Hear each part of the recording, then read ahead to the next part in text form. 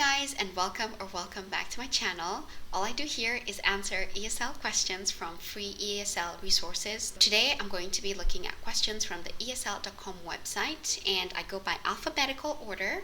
Today's letter was I, so the topic I chose was immigration. This is a really hot topic now, so oh my goodness, let's see how I do. So question 1, what comes to mind when you hear the word immigration? So when I hear about the word immigration, I'm thinking about different types of immigration. We definitely have students who move to different countries to go to school, so that's a type of immigration. We have family unions where a family move from one country to another to reunite. We have economic immigration where people have identified opportunities abroad that they would like to kind of take advantage of, so that's economic immigration. I think those are the types of immigration that immediately come to my mind. Question 2, is immigration good or bad? So this is a really good question. The perspective on whether immigration is good or bad depends on where you stand. So for example, in the immigrant's mind, I think they would definitely see their move to immigrate to another country as very, very good and very, very positive, and they would probably be very, very excited about it. People who are in the host country would definitely think of immigration as good or bad based on what their personal beliefs are. If they're definitely xenophobic, they would kind of be against any type of immigration. If they were immigration friendly, they would definitely be for immigration. I think it depends on where the person is standing when they're answering this question. Question 3, is immigration an issue in your country? This question is like putting the question of immigration in a very negative light. Is immigration an issue? This question is being a bit negative. It would definitely depend on where you're standing when you're actually trying to answer this question.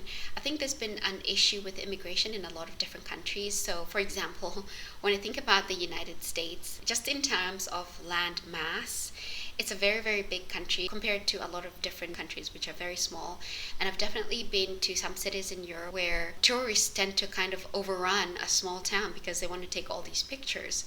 So in terms of the capacity, small countries would definitely struggle to provide opportunities for their citizens and for the immigrants, and it would kind of be an issue regardless of whether or not the people there were pro-immigration, for example. The other thing I think that's very, very much spoken about, and I've seen a question on this, is a question of illegal immigration. That is definitely negative because you need to be registered in the country that you work in. Even for the sake of the person who's immigrating, you need to be able to guarantee your personal safety or something like that.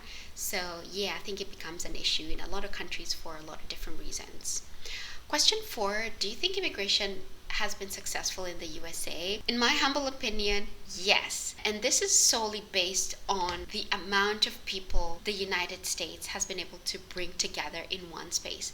I remember the first time I went to New York City, the combination of humanity that I saw in Times Square was incredible. I don't think I've ever seen so many different types of people. The goth, the Cinderella princess, the normal people, the very, very stylish people, people from different countries and all the different races that were represented.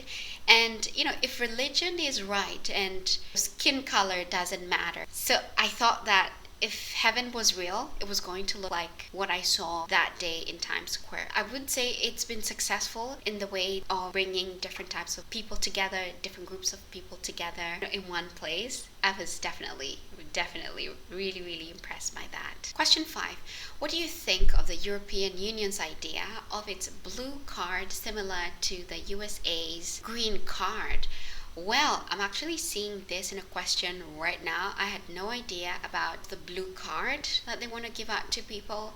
If they really wanted to give the blue card to people who wanted to become residents, I think this would also be a pathway to citizenship or something like that. More power to them if this is what they want to do. Why not? Question 6. Would you like a blue card or a green card? So in this day and age, I don't think so, because I feel like with the internet, you can be able to take advantage of a lot of opportunities around the world. I feel like the days of being geographically restricted or opportunities being geographically restricted in one country are long gone. If I was starting from scratch right now, I would definitely not be looking at a green card or a blue card as a way to guarantee the opportunities that I wanted to take advantage of. Question 7. When do you think immigration became a social issue? Well, I think immigration became a social issue when humanity discovered facts about each other. I think there are some people in different types of countries that thought themselves to be really smart and intelligent, and then the wave of immigration set in, and a lot of equally smart people found themselves in the same space or in the same companies competing for the same opportunities. Immigration has become a social issue because we're all now trying to compete for the same types of opportunities, and in some countries they're definitely competing for resources. And of course we have some social problems that come up when it comes to like medical care, and whether or not the host country has enough resources to sustain the growing population, and the pace at which the population is growing as well. That can make it a social issue. Of course it had been a social issue in places where xenophobia was like a thing, but that part of the population has always been really small. Competition has made it like worse, definitely. Question 8. Would you like to live and work in another country? At the moment, not really. Because, like I said before, the days of being geographically restricted or opportunities being geographically restricted are long gone. With the right combination of skills, you can definitely take advantage of the internet. There's probably no need to move to another country. I definitely travel a lot, and I continue to work as I'm traveling, and it's only because of the internet. And I have been able to live in countries whose economies I wasn't actively participating in as a working person. I'm a big travel head. I'm a travel junkie. I want to travel, but not for work. Question 9. Do you think immigrants get a raw deal in the countries they live in? I think initially the immigrants don't know the local language, they don't know the lay of the land, they have to take a couple of years to kind of know the lay of the land, learn the rules, what they need to do. So they probably appear to get the raw end of the deal initially in the first few years, and they end up improving their condition, only for a short time, I think. Question 10. Is illegal immigration a problem where you live? I have seen a lot of reports about illegal immigration in a lot of countries around the world, and I know this is an issue that's really active. I know that a lot of countries are trying to get ahead of this situation. I think it's being addressed very actively, and I know a lot of people who are moving or traveling to a lot of different countries are trying to be very well documented before they arrive. I think it's a big problem around the world, and thanks to technology, I think this issue is definitely going to be solved very promptly. It's not something that I'm worried about. Alright guys, so those were really difficult questions. Guys, let me know what you think down in the comments. Would you have answered in the same way? Do you have any ideas or thoughts for me? So let me know down in the comments, and I will see you soon. See you on the next one. Bye!